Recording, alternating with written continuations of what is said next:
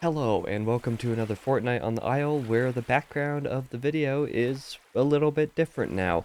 Just a few days ago I did do another bookshelf tour with an updated shelf arrangement and obviously book arrangement on the shelves as well. That was pretty fun, finally getting some personal affairs with my office in order recently and also getting some other stuff taken care of in personal life as well. Been a little bit more responsible last couple weeks. Who would have thought that that would happen at some point? Oh, responsibility, you just gotta love it. To escape, however, I've been doing a ton of reading the last couple weeks, and quite some big deal here, so let's just go ahead and jump right into the bi-weekly reading so I can talk about that a little bit.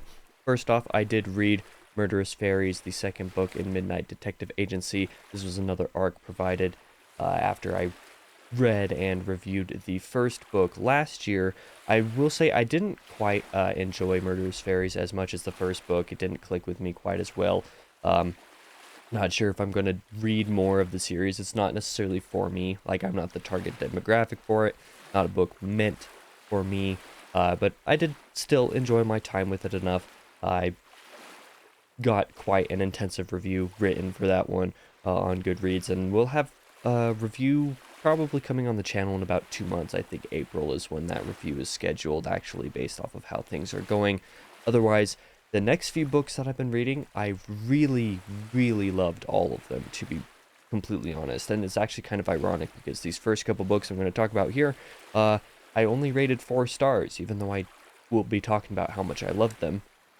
The Crying of Lot 49 by Thomas Pynchon, which I got fit into the schedule pretty much right at the very back end. I didn't realize that this book had been voted for monthly classics read along for February, and I discovered it, like I said, at the last minute, and I'm like, okay, well, it's short enough, I can maybe fit it in, so I tentatively put it on the schedule. The audiobook for this one, at least at the time that I read it, is in the Audible Plus catalog, so I was able to go through this in an immersive read through, only about 6 hours, and I really, really liked it. I also did a very long and fairly in-depth review of this one. It's basically spoiler-free. There are 2 points in it where I, like, briefly mentioned a brief spoiler that's obviously hidden behind the spoiler marks that you can click on to unhide if you've read the book. But it is basically a spoiler-free review analyzing this, and I had a great time with it. I didn't just enjoy reading it, I enjoyed analyzing it, I enjoyed thinking about it, I enjoyed looking stuff up to try to understand a little bit more. It's a book that I very much want to reread in the future and see what more I can glean from it. It's one of those things that's just like, man, I wish I had the time to just reread it immediately, because I actually wanted to do that. So it's a book that I unironically recommend to people. I had quite a good time with it. The next book I'm also surprised I had such a good time with was The Crossing by Cormac McCarthy, book 2 of the Border trilogy.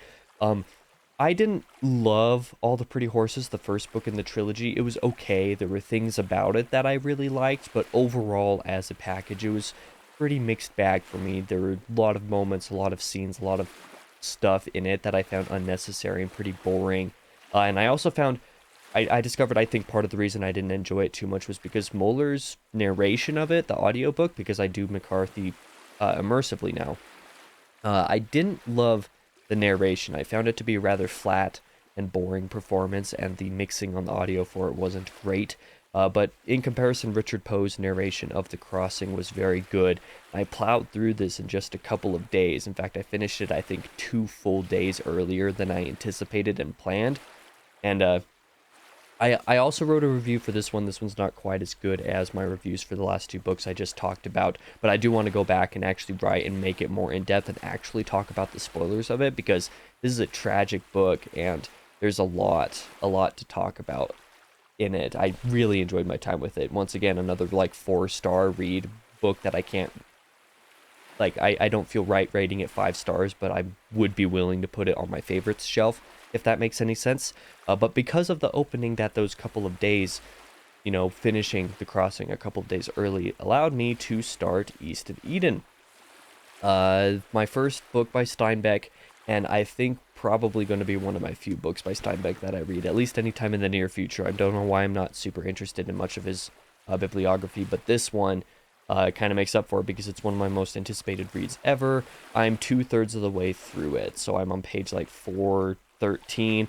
I just finished part 3 this morning, and this book is really surprising me in a lot of ways. It's a book that, up to this point, I would say the individual sections have been like good enough. They've been fine. Like, I've enjoyed what I've read, but I think of what I've read, the first 3 parts, the first 2/3 of the book, I think this book is actually a little bit more than the sum of its parts. And I think by the time I finish it, I might feel that way overall, where I may not think that, like, I absolutely loved the reading experience of this one the entire way through, like, it was absolutely perfect, but like a masterpiece that is greater than the sum of its parts, and I will love and respect because of that.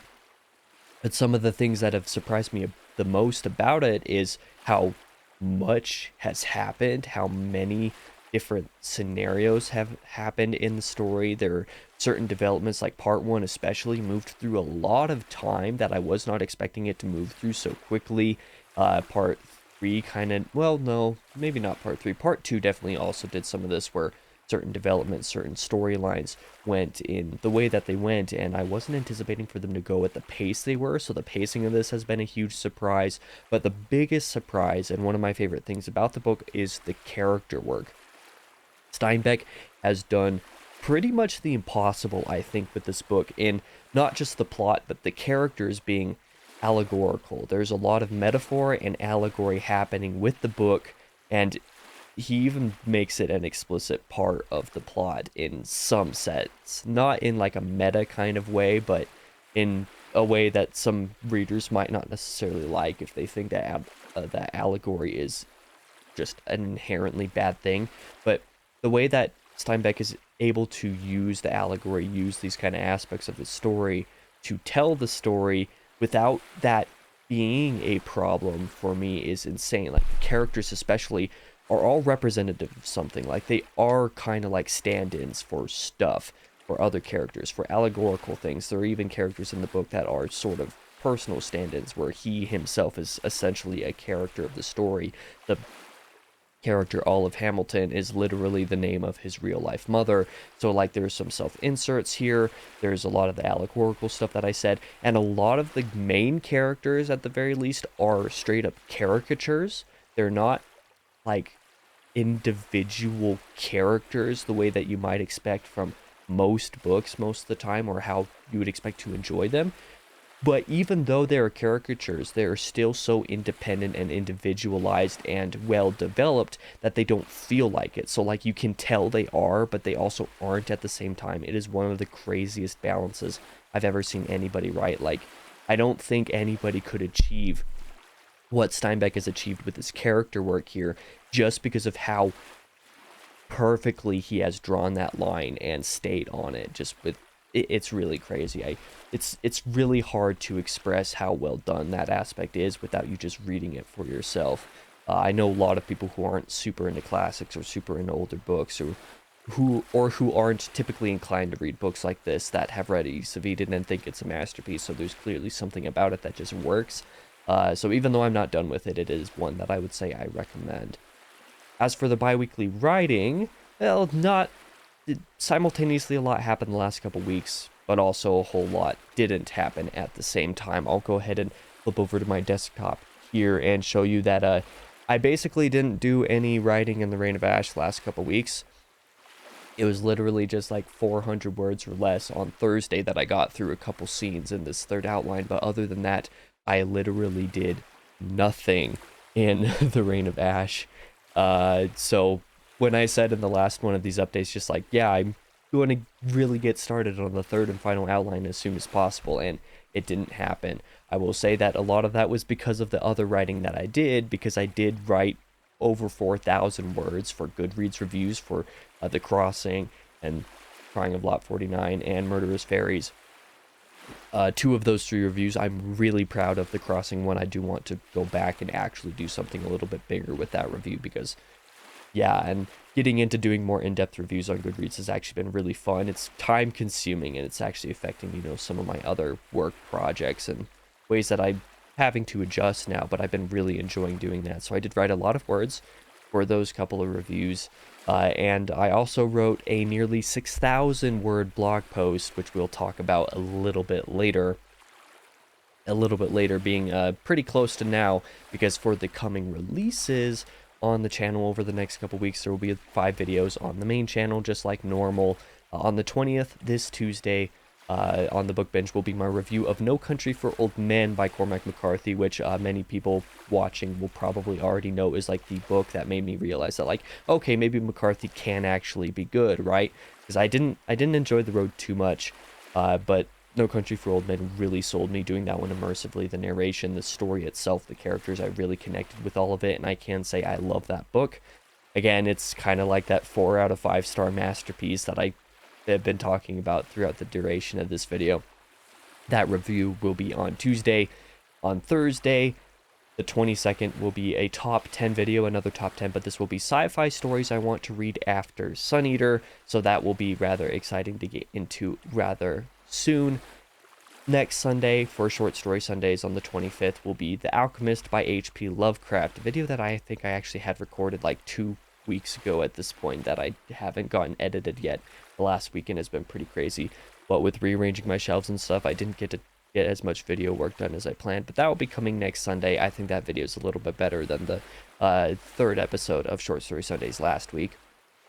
On Tuesday the 27th will be my review of Majority by Abby Goldsmith, an arc that I did get in September of 2023, I believe, and that I finished in the November-December range with the audiobook after it had released.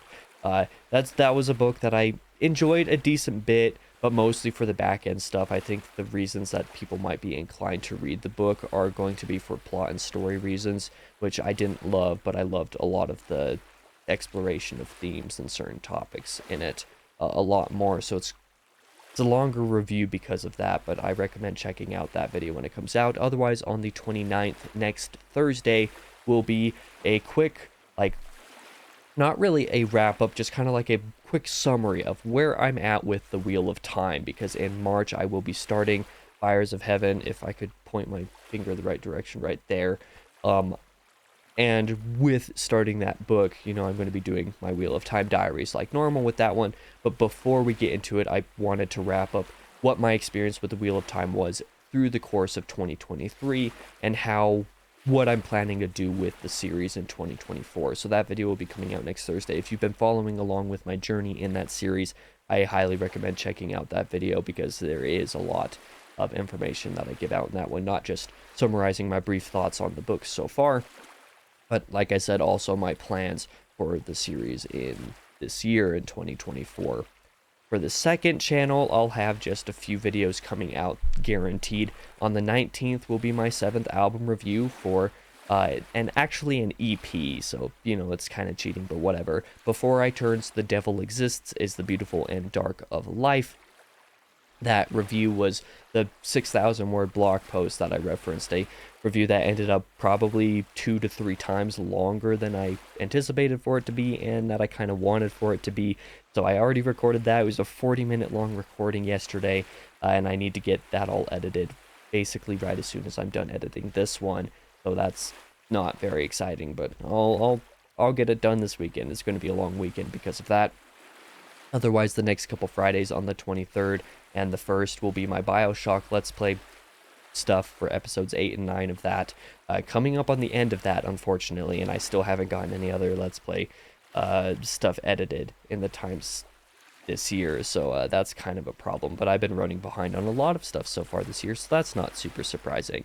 I will say maybe on the Monday, the 26th, my top 10 games I played in 2023 video will come out. But at the same time, I think that one's heavily unlikely. It will almost certainly need more than 1 week to edit it, because, like I said, I'm editing the album review video this weekend. So because of including gameplay footage with that video, it will almost certainly take more than a week to edit, or with all of my other video work that I need to get done over the next week. So because of that, I'm not sure that that will come out on the 26th. It will probably be a week or 2 after that. I would say expect that sometime in March, but maybe it will come this month if I somehow manage to get all that work done, but it's not horribly likely. Moving on to entertainment talk, however, I'm pretty certain I did not play or watch anything in the last couple weeks, just off the top of my head. Been a little bit too busy working on other stuff like writing reviews and other stuff like that. trying to prepare videos here. A weekend or two ago, I recorded like 7 videos or something like that for the channel that I was also planning to get edited, which I didn't somehow. So I just kind of been falling behind on some other work, which means that I haven't had time for entertainment stuff. So knowing the videos that I got coming the next couple weeks, there's also a pretty small chance that I get to do anything this weekend or anything else either. And then in a couple weeks I'm going on vacation, so we'll see if anything happens before March. Next week is to be determined, I guess, but as for right now, nothing to say on entertainment talk, but a little bit to say in music talk. There weren't actually any notable album releases that came out this fortnight, but there were a couple EPs that came out. Obviously, Before I Turn released The Devil Exists, which I'm reviewing tomorrow on the second channel, so if you want to check that out before the review comes out, I recommend it. Before I Turn is one of my favorite bands, and I really enjoy the EP. Citizen Soldier also released an EP of just B-sides for ICU, which was the album that came out last year. There were a couple fun songs on that, so I figured I would talk about it. There were a lot of singles that came out over the last couple years, but I'm only going to note like 5 of them, the ones that I enjoyed the most.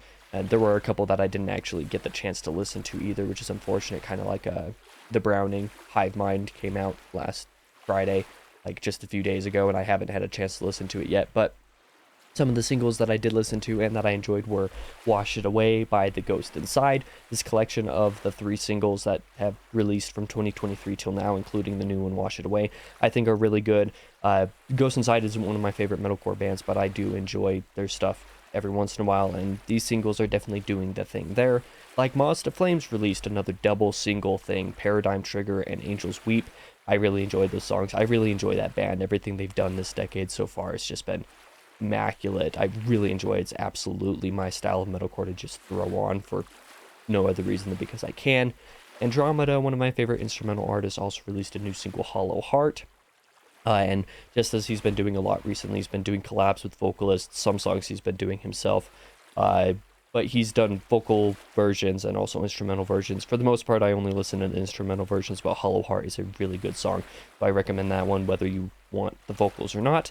Olympus Lenticular, another instrumental artist, but this one goes a little bit more in the Genty Thal side of things. So if you like Humanity's Last Breath, their last couple albums, I recommend checking out Olympus Lenticular. Enlightener is the single that released. I enjoyed that song a lot as well.